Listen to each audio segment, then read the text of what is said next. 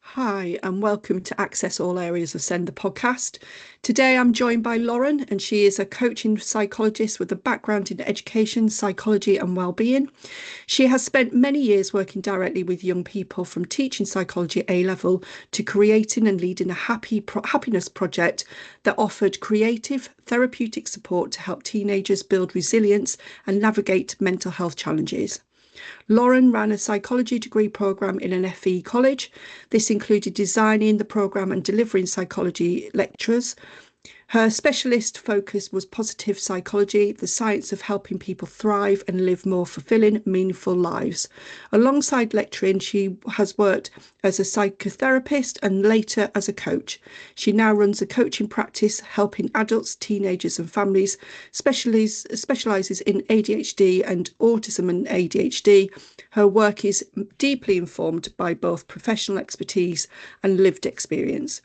She supports individuals and families to better understand themselves and develop strategies to help them thrive, combining deeper self-awareness with practical everyday tools for positive change. In addition to her coaching, Lauren volunteers with an education charity supporting schools in Gaza, offering both emotional and practical support to children and staff living in crisis. She is passionate about making a meaningful difference in people's lives. That's some bio, Lauren. Thank you for joining us. Thanks, Tina. Thanks for having me. I mean, this is really important, isn't it? That there is lots of things in the press now about more and more people becoming neurodivergent. More and more people as adults are getting diagnoses for ADHD in particular. But it is that conversation, I suppose, around having autism and ADHD and how the two of them interact.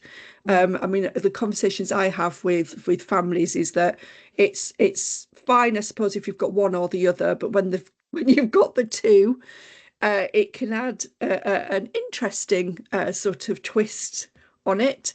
And I think as well around health and well-being, if you've got ADHD, I suppose, there's that it could be that you're impulsive. Not everybody is, but you could be impulsive, and how that interacts with the autism, it's quite an interesting sort of, and the fact that you are helping and supporting people to live better lives and to manage that health, mental health. It's really, really important, isn't it?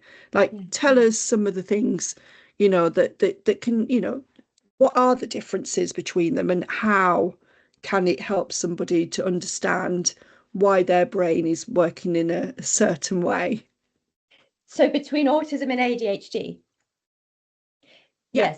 yes, yes. So I suppose the ADHD is more looking at attention, so being inattentive or being unable to focus your attention on one thing at a time. There's the impulsivity, the hyperactivity. This is just in a nutshell. And then with the autism, there's the need for sameness, rigidity, inflexibility. Whereas with the ADHD, we want novelty, we want change, we want excitement. And then, of course, for both, actually, although it's more, I suppose, recognized with autism, there is sensory profile, sensory sensitivities, and they actually affect both, as do social situations.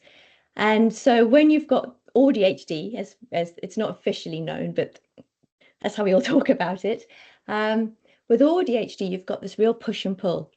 Um, you still need the structures, but you need to have some flexibility within your structures. You want new, but you also want the same, and your hypersensitivities are still there as well. So it is fascinating. I absolutely love it. But then to be able to build into that, okay, you've got ADHD or ADHD or autism, and you need strategies, you need to help you cope with life. But I don't think that's enough. I think you really want to thrive, you want to have a great life. And that's where the other stuff comes in, is how can we not just cope? How can we have a really good, happy life and make the most out of your wonderful brain? Because, a neurospicy brain is a wonderful brain. I love how you call it neurospicy because I think, I've heard that phrase quite a lot actually in my conversations with families, and that's exactly how they frame it. And I think from an adult listening to this that might be thinking, actually, oh, you've just described me. And that clash, isn't it, as you've described, you've got the different aspects. It's quite tricky. And there is a difference between getting by and thriving. And you would want anybody in life, me, it's why I'm doing this podcast, is people to thrive. Like that's what we want for people.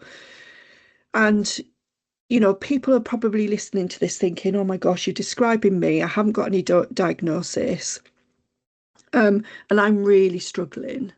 So, what steps could it be that they do, to have a conversation with somebody to just get that ball rolling and say, look, actually, I think, I've listened to this, it's described me. What can I do to help, to get me back on? Because it must be awful for anybody struggling and just thinking, I've tried all sorts of things and I just can't live.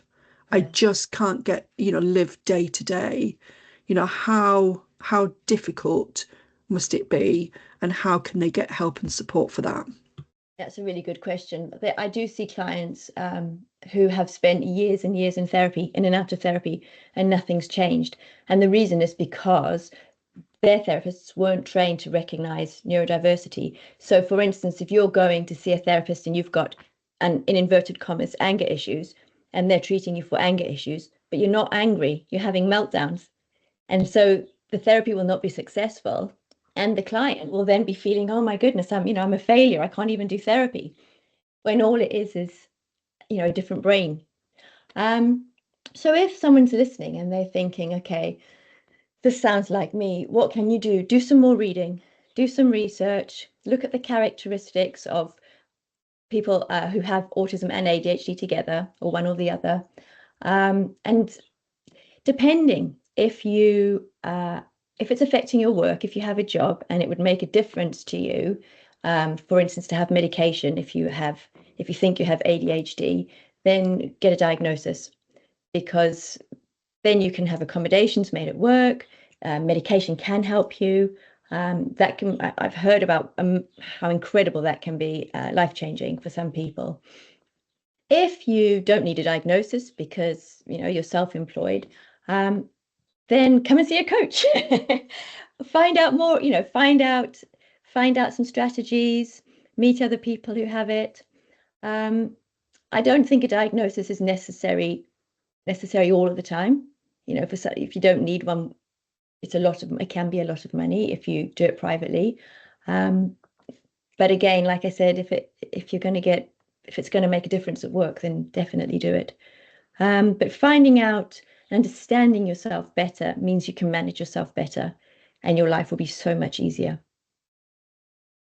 Yeah, no, I agree. I mean, I know of adults that have got a diagnosis as an adult, and it has literally been life-changing because there is that sense of belonging. It's that sense of understanding, getting to the point where you think you're literally going mad, and your brain can't switch off. Is it just helpful for that? And I agree with you wholeheartedly, actually. If you're in work and you're struggling at work and work is being affected, then that could be the pivotal point of which you go and get diagnosis. If it's not affecting your work, or if it's not affecting you day to day, but you think you might be, then it's worth that reading, isn't it? Of just finding out a bit more on what works and what doesn't. Okay, so we've touched on that very quickly because it was in your bio, and a very interesting bio as well. Um, let's talk about children and children's brain development, because I know that is also where you're passionate in. So let's start at the beginning around, how, talk us through about how a child's brain develops, normally, or whether they're neurodivergent, and if there's any differences between the two would be helpful, I think, possibly for our listeners. I think what's important is that knowing that children who are neurodivergent, their brains might develop slower. So, for instance, especially in terms of emotional regulation, a 15-year-old is not necessarily the same as a 15-year-old who has a neurotypical brain in terms of managing their emotions, and being able to, executive functioning, coping with lots of tasks at once. Those sorts of things are going to look very different. And they might, when they're really young, you might not notice any differences in terms, well, I suppose sensory differences maybe. But it's as they get older and as hormones kick in, and the older and older you get, the more the differences become apparent. I think what's really, really important, I mean, can I go on to say what's really important to do? I think for all children with brain development, and this is why I want to say it because I'm so passionate about it, is sleep, diet, and exercise. I can't shout it loud enough. They need to be moving. They need to run around. They need to play. And I think something schools get very wrong is understanding how the brain works. So when we exercise aerobically for about 20 minutes, so our heart's going, giving a good go at it, something called BDNF is released in your brain. And this hormone chemical helps you learn. So they've done studies where they've taken children, got them to 20 minutes with a heart rate monitor on to make sure their heart rate's up. And then they've gone and done their most difficult lesson, which usually was science or maths. And those children, their grades increased incredibly because they were exercising after this hormone had been released in their brains. And why aren't we doing that at school? Why aren't we doing that before their lessons for GCSEs? When they had the golden mile in primary schools, they went for walks around the field at the end of the day.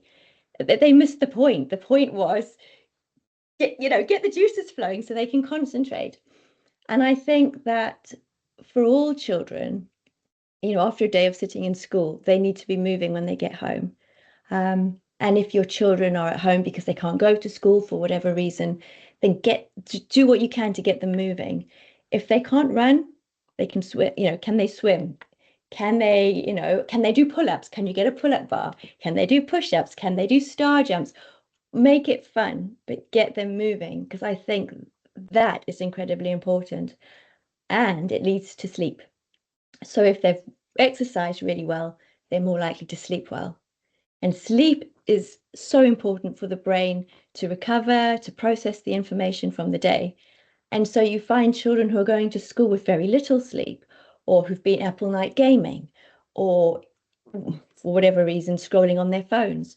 And so then they're tired, and then they struggle at school. And then if they have anxiety or autism or anything else that might be exacerbated by lack of sleep, they do poorly at school, and the cycle just gets worse and worse and worse.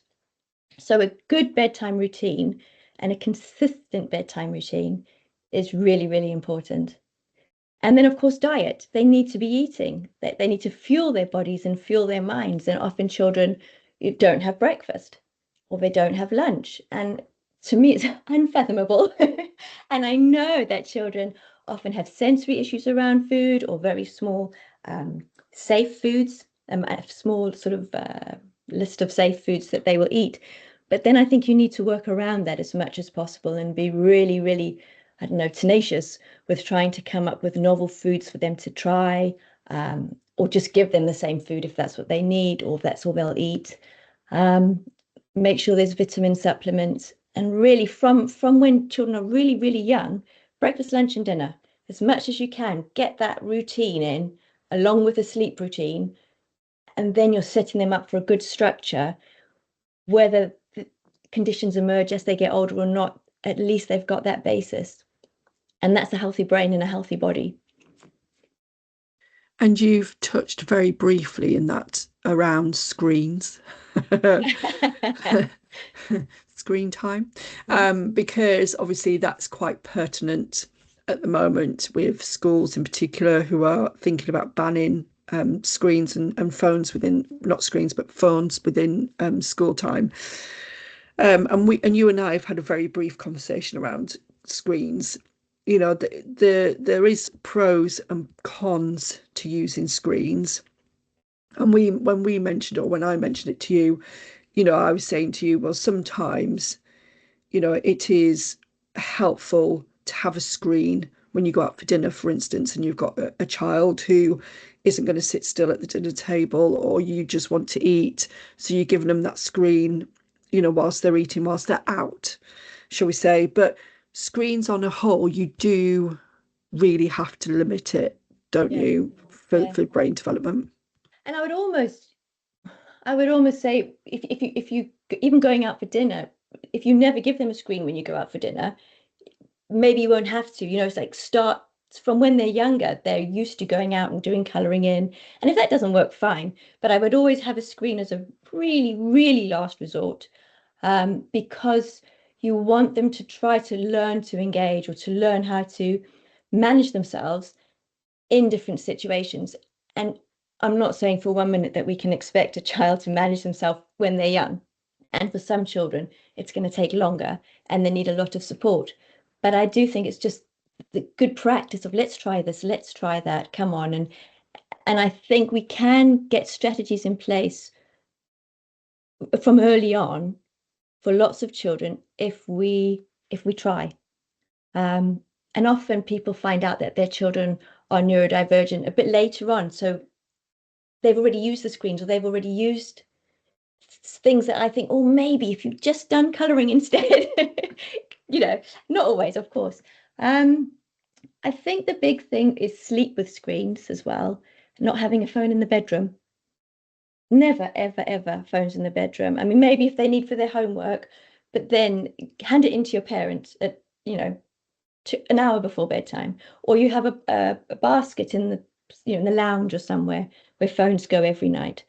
So no phones in the bedroom. And I think gaming as well. I hear of children with ADHD can battle with this. It's that impulsivity, it's that need, and that dopamine as well, that dopamine hit.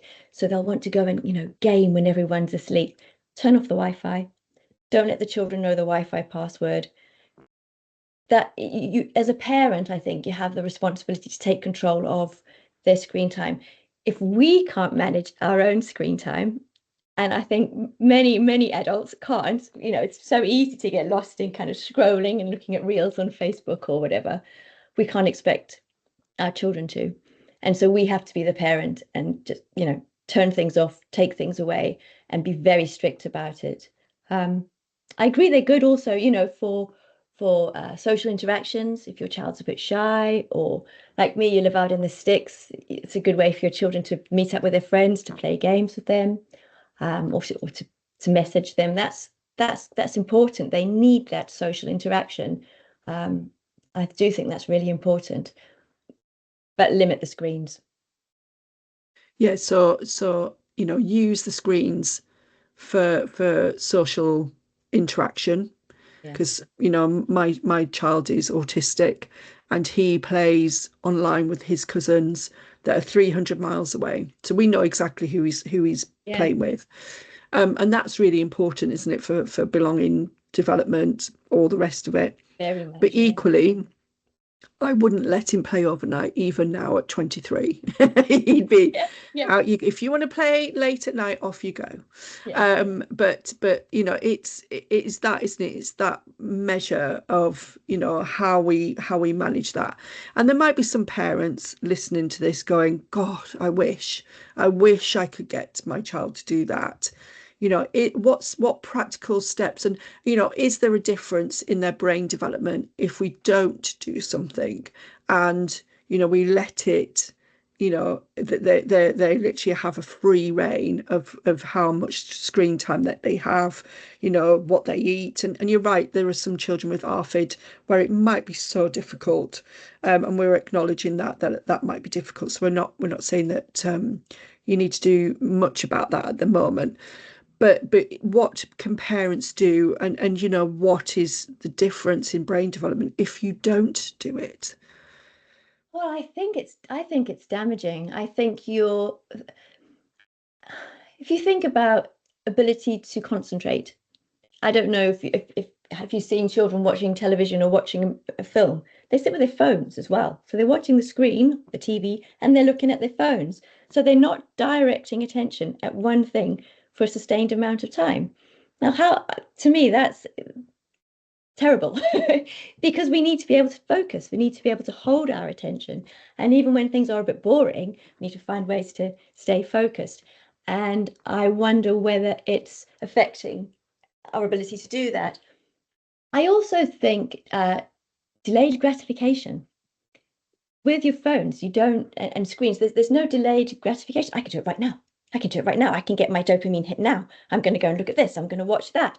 I can even order something from Amazon and it will arrive tomorrow. And there's no waiting and there's no thinking and there's no working for something. It's just now. And I don't know if you heard of those marshmallow experiments they did years ago. So they had little children and they gave them a marshmallow. And they said, if you can wait until I come back and don't eat that marshmallow, you can have another one when I come back. So the children that could wait, that could delay gratification and have that second marshmallow, when they studied them later in life, they went on to be more successful because they were able to wait for the prize. So I do think that phones are, I don't know the actual, neurologically, whether they are damaging the structure of the brain, but I don't think that they're good practice at all. And looking at bright lights close up to you, normal life will become quite boring. Going for a walk, listening to birds, looking at nature, it loses the excitement, doesn't it? Because it's not as exciting as looking at people fighting on a screen and the bright flashy colors. But you're saying, how do parents, it's challenging, especially if your children are, for instance, have PDA, persistent demand avoidance. How do you manage screens and put the law down with children who are going to really, really resist that and have meltdowns? It's really difficult, but I think it's worth working it out. I think it's, there are different ways to work with children who have PDA. And I know it's not a one size fits all. And I know that I appreciate it's really, really challenging. I also think with some children, it's just being a parent. You've just got to be strong. Let them cry. Let them sulk. You're not their friend. You're their parent. There's only one of you. Be the parent. Turn off the Wi-Fi. Take the phone away. Use it as a reward. If you do your homework and you're really good this week, you can have 2 hours of gaming at the weekend. But I think I do think that often parents, not all parents, of course, are afraid to get the children, to make the children angry with them or for the children not to like them. And I think you do have to, just be a bit tough sometimes. It'll be worth it because they'll sleep better and then they'll be nicer the next day.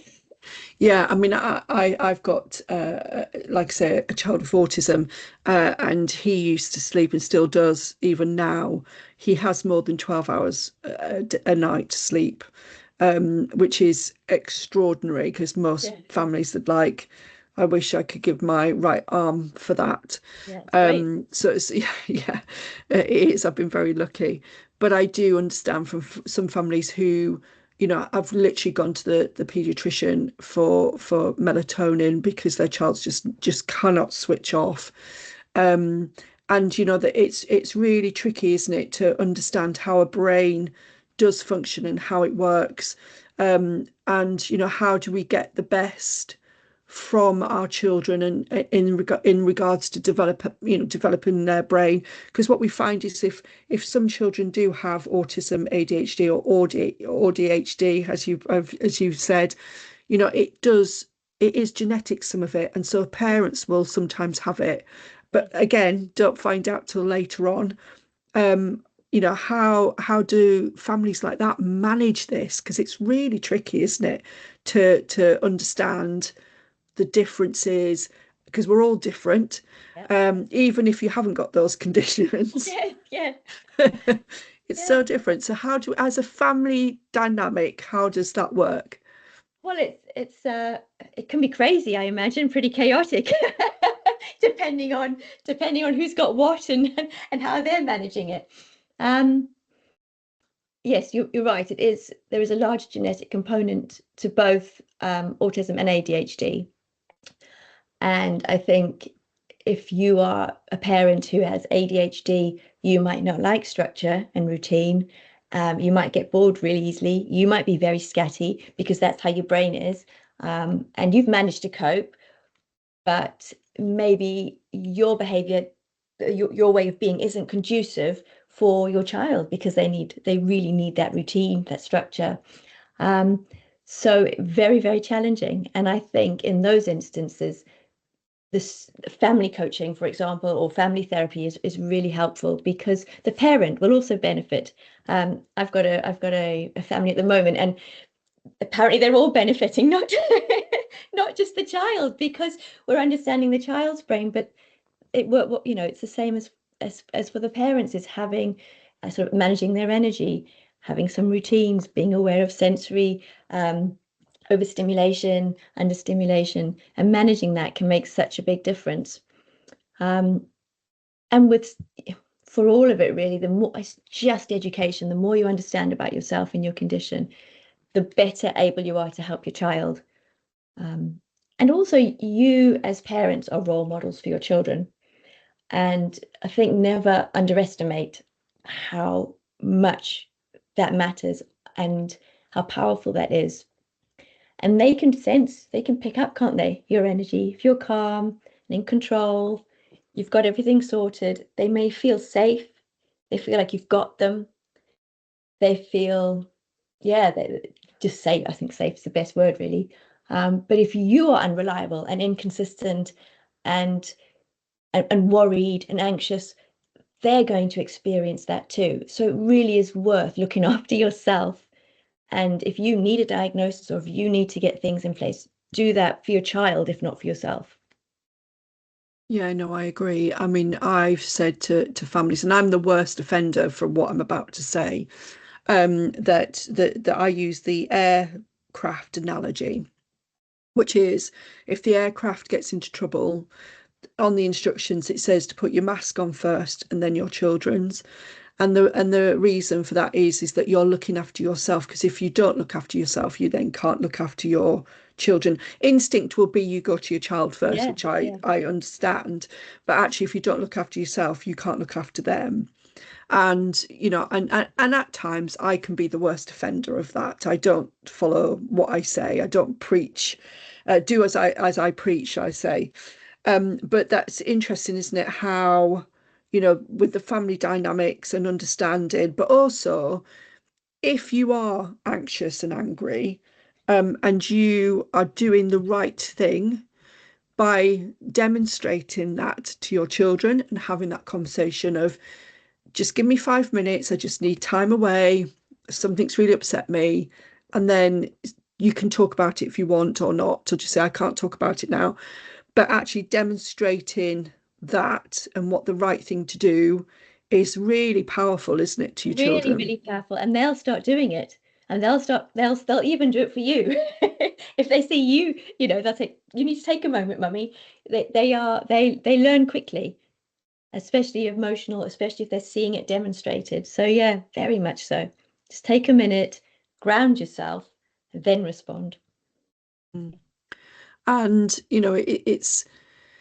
it's the groundwork. It always takes time. It's never going to be fixed Yeah. on one outing, is it? It takes time. And out of my family dynamic, I'm the only neurotypical person in my family. Everybody else is neurodivergent.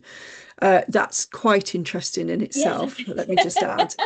Um, but I'm still married. I've been married for a long time, and what I know about the Send families is the high divorce rate, separation rate is like 80% of families, which is extraordinarily high, but understandably high because it's there's a lot to manage.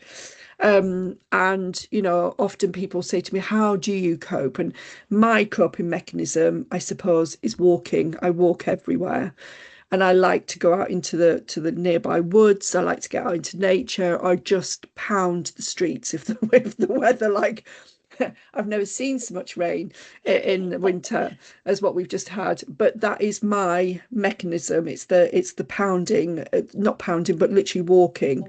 Yeah. And so because it clears my head, and I get and families I guess, need to find their mechanism for chilling and processing the day. That's how I would describe it. Very much so. And also, I think for families, one of the, no, maybe the most important thing is communication between parents, being able to communicate, to be able to, we're a team, we're tackling this as a team together. It's not me against you. We're in this together, and really talking about it and being honest, and problem solving, I think is really, really powerful. And if one of you is neurodivergent and one of you isn't, my house, it's being able to explain and your needs, explain how you're coming at things, and for your partner to listen and to understand and to tell you that, you know, it works both ways, doesn't it? Sarcasm. I don't get sarcasm. This has been a hilarious joke in my family at the moment. All these years, I don't get it because I just don't. And so it's working together. Are you being sarcastic? Is that a joke? Looking for the tells. But yeah, communication cannot be emphasized enough. And it's really interesting you noted about sarcasm. My whole family is sarcastic, including me. It's how we get by. I think that's it's our language of love in our house. Um, but you know, you've touched on the early development almost of the fact, you know, you need food, you need exercise, you need sleep for that early development. And in your bio, you mentioned about supporting teenagers, which, you know, if you could harness how to get a non-growling teenager, like that would be worth so much more, wouldn't it? I mean, people would pay millions for that. And I love teenagers. I've worked with kids for years and years and years. And I'm only joking, but every parent will say, you know, you think you have it hard when they're little, and then they get to teenagers, and then there's that friction almost of you know, the family dynamic changes again, and you might get a hello out of your teenager, but you might not, and it'll be a grunt.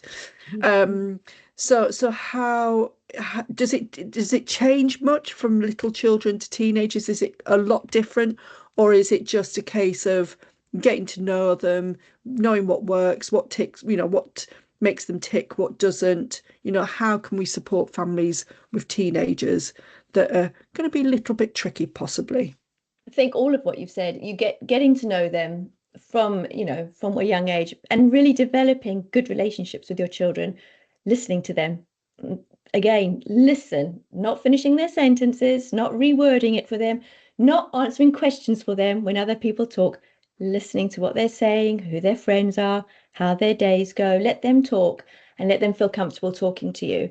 And that's a really good grounding for as they get older because they feel valued, they feel listened to, they feel they have worth, a sense of worth, because people want to hear what they have to say.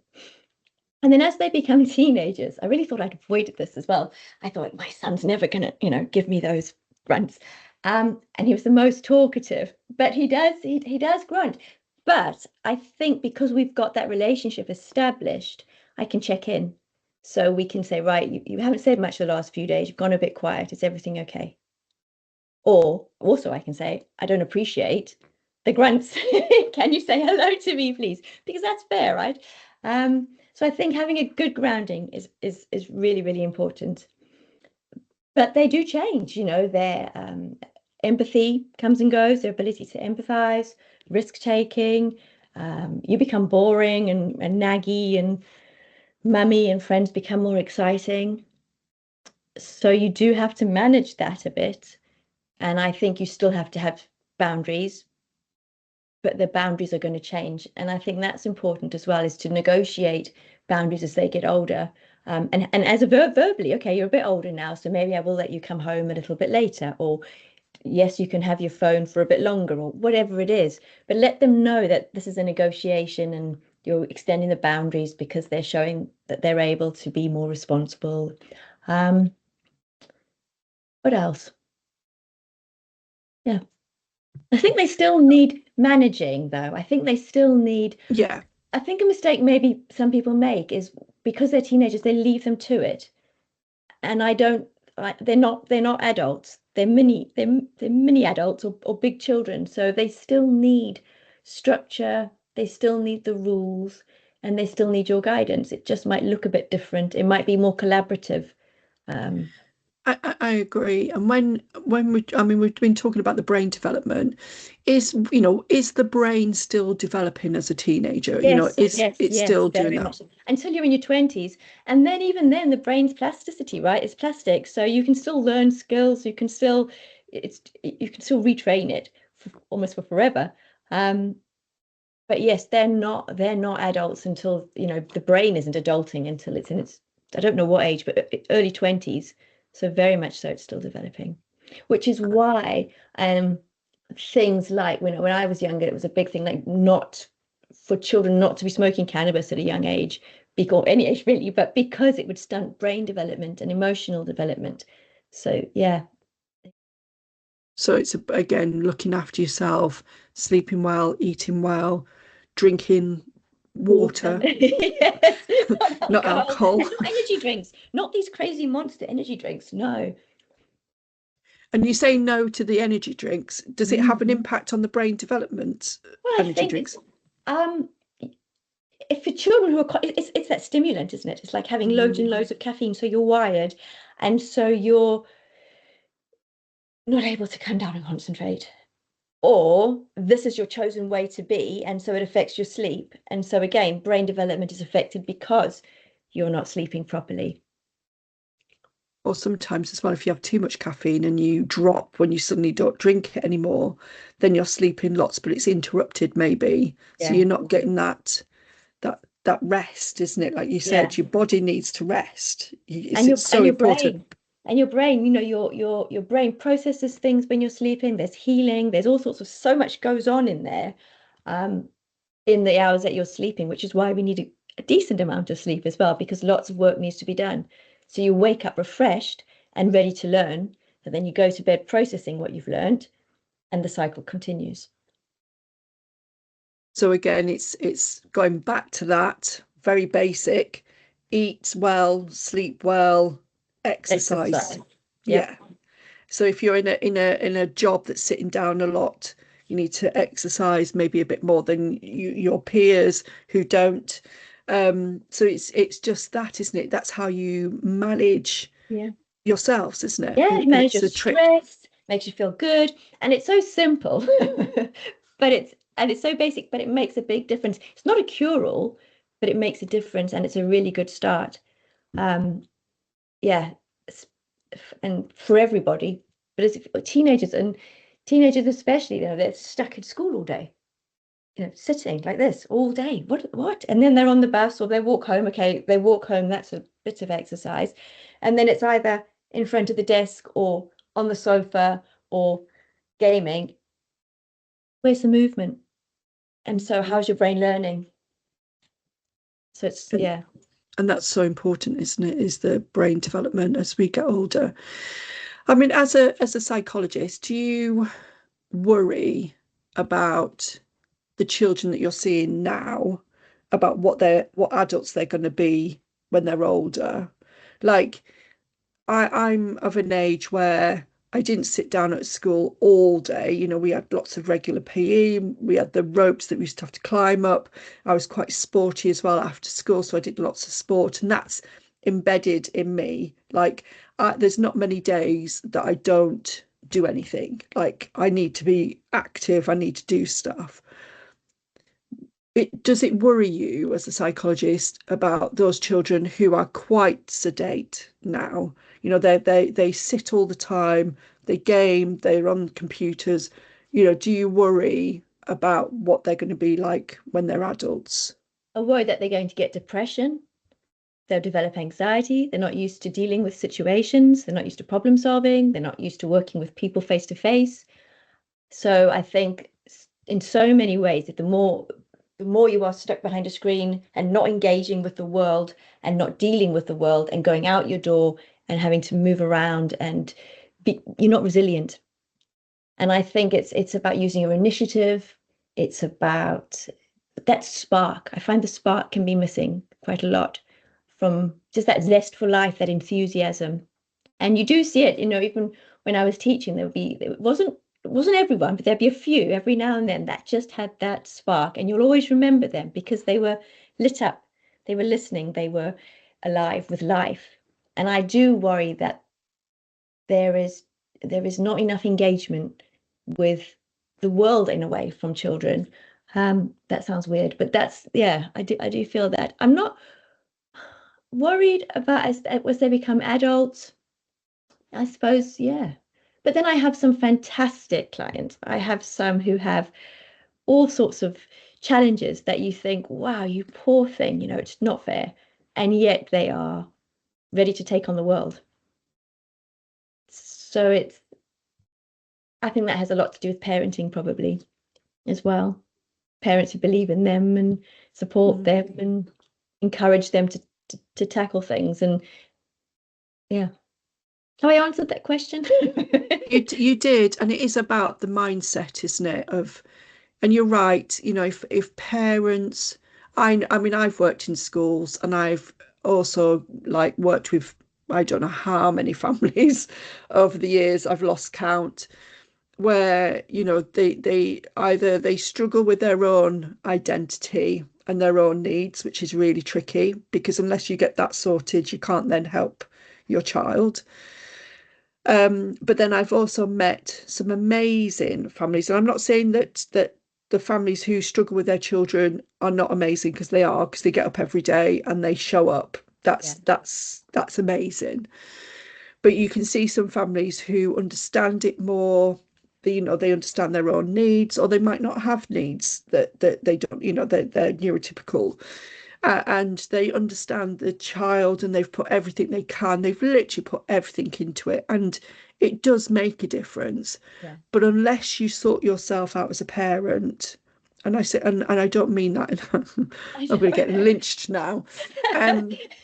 But if you don't understand your own needs, then how are you going to understand, or be there for your child? And the amount of parents now as adults that are going, oh, hold on a minute, my child is displaying this behavior, I do the same thing, I might be, also autistic, or I might also be ADHD, or I might have defiance disorder of some description of whatever that looks like, or they've struggled to maintain a job, or they've struggled in school. There is telltale signs Yeah. there, Yeah. isn't there, about Yeah. how, and it does, if you're new, like you say, if you're a neurospicy household, as you described at the beginning, then it is tricky, isn't it? And we're just trying the best that we can to manage. Yeah. You know, it starts very simply, isn't it? Of sleep, diet, Exercise. exercise. Yeah. That Yeah. is the Yeah. base. Get that right. And then at least people aren't tired. And so there's a little bit of energy, and maybe they're a little bit less anxious, and maybe they're a little bit less grouchy, and a bit less likely to have a meltdown, and a bit more open to whatever's coming. But also to say, there are families who are having a really, really tough time, really tough time. And I've watched clients go, the children go from fab to really not fab. And it's the parents then knuckle in, and they're like, right, we're contacting this person, we're contacting that person, we're getting a physio, we're getting blood tests, we're doing all of this. And with the parent fighting for the child and being really positive about it as well, you've got to do it in a really kind of positive mindset, not doom and gloom kind of way. I've seen the same children straight back up again pretty quickly because things get sorted. And it's wonderful to see parents, just like charging on a battlefield, isn't it, to fight for their children. And not to saying that all parents don't do that, but I do think it's important to do it. If your children see you and hear that the battles you're having with all the different agencies, and how exasperated you are, and how terrible all the agencies are, and how bad everything is, that child's, even if they're little and you think that they can't hear you or they don't understand, it's about them. They know you're talking about them, and it's not good. And maybe they're going to start to feel a bit of a burden, or a bit worried, or a bit guilty. And often when children get diagnosed especially if it's a bit later in life, I find they have this really critical inner voice, and they're really not nice to themselves. And it's this, you're lazy, you're stupid, you're all the things that have been said to them through school, through the parents before anybody knew that they were neurodivergent. But also that feeling of being a burden because the parents have been so exasperated and vocal about the fights that they've been having for their children, which is great, but maybe not in front of the child, because then it's like, oh, I'm a burden. I don't want to be a hassle to anyone. And then they might be less likely to speak up about their needs, or they might be more likely to mask because they don't want it to cause more problems for their parents. So I think that's really worth saying as well. Yeah, no, I agree, and I've had experience with a child, not mine, but somebody else's child, who had behaviour that challenged, like really, and possibly PDA. Um, you know, wasn't diagnosed with autism at the time, but is now. And I remember that their behaviour was really awful, really challenging. And I remember saying to that child, I don't like your behavior.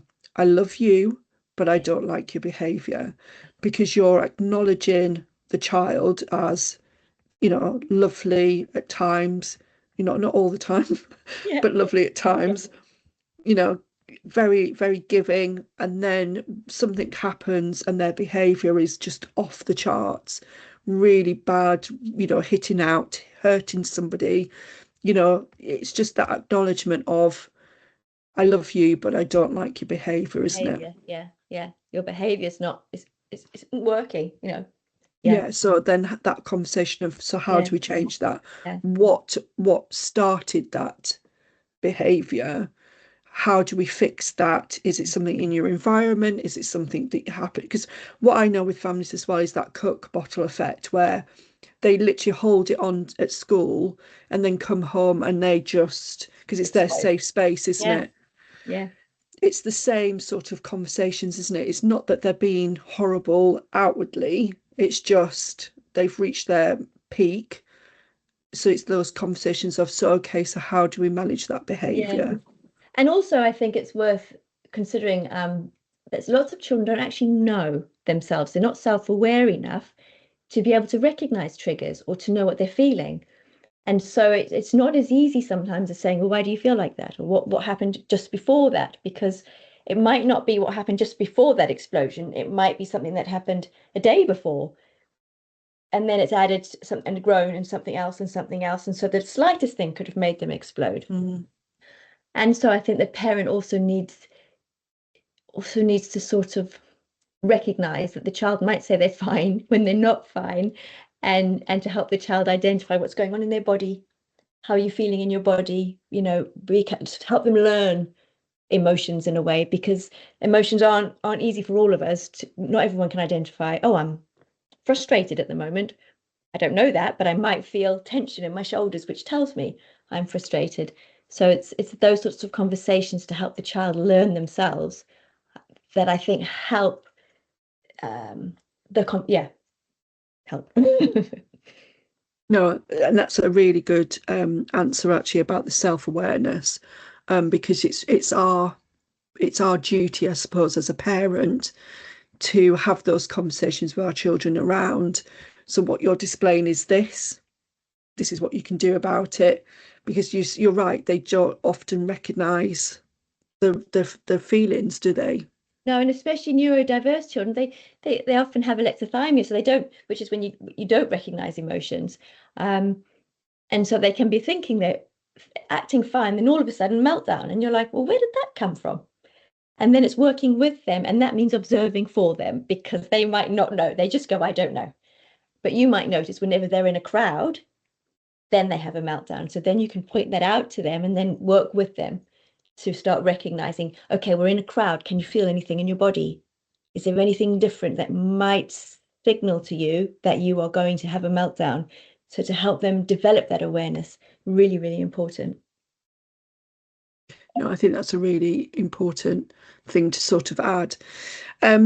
So if anybody's listening to this podcast and have listened to us having this chat, having this conversation, and they recognise themselves, or they recognize their family and think, okay, so what do I need to do first?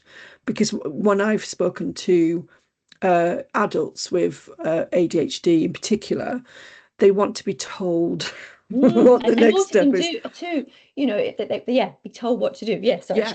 No. Because I mean, I've never come across it before. So when a family said to me, "You've got to tell me what I need to do first," and that's not me, because I'm like, this is your personal experience. I don't want to be the one Yeah. that shoves you into a corner and you don't want to be there. And they said, no, I need to know. So if a family's listening to this and is recognizing themselves, what is the first step for families? Because we need to chunk it down, don't we? Because they'll be listening to this going, I need to do everything. What do Might they not need have to do? Let me have a little think. I think have a conversation, parents, have a conversation. What are our challenges? What do we need help with? Put it on paper. Really break it down. As I said, I'm quite, and don't get sarcasm, I'm quite literal. So I would say literally write down the situations when there's problems, write down so it's really, really specific, really, really clear. And then either do some research, what do they think it is? What do they need help with? And then work it out from there. I mean, depending on what it is, depends on who you'd go to. I mean, obviously, I'm going to say I think coaching is great because it can help you understand, pick apart what's going on, and develop strategies. But it might be that they need therapy. It might be, that the child that there's anxiety. It might be that medication is needed if there's OCD. So there's where would be your first port of call? Yeah, I really do think a conversation, writing it down, getting it on paper, so that you can have some clear things to look at. Do some Googling. I love Google.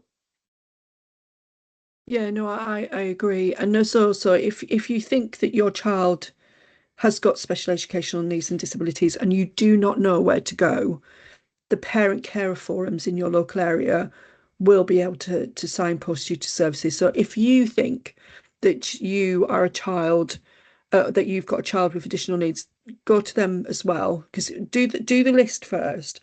I think the list is a really good idea, Lauren, because then you've put it onto paper and you've taken it out of your head and Yeah. put it down.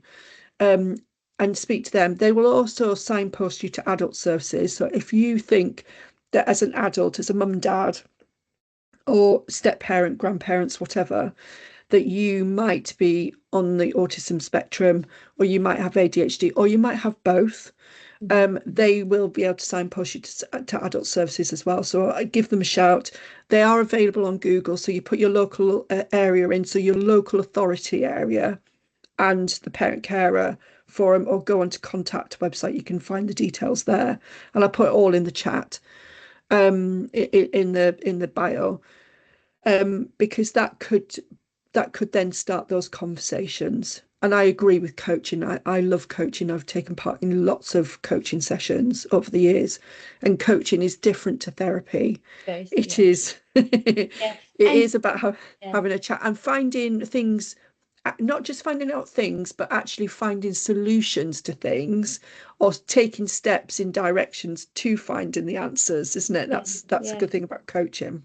And neurodivergent coaching is very different to normal coaching, because normal coaching, we touched on it earlier, you bring the question. And often people who are neurodivergent, they don't know. They want you to tell them.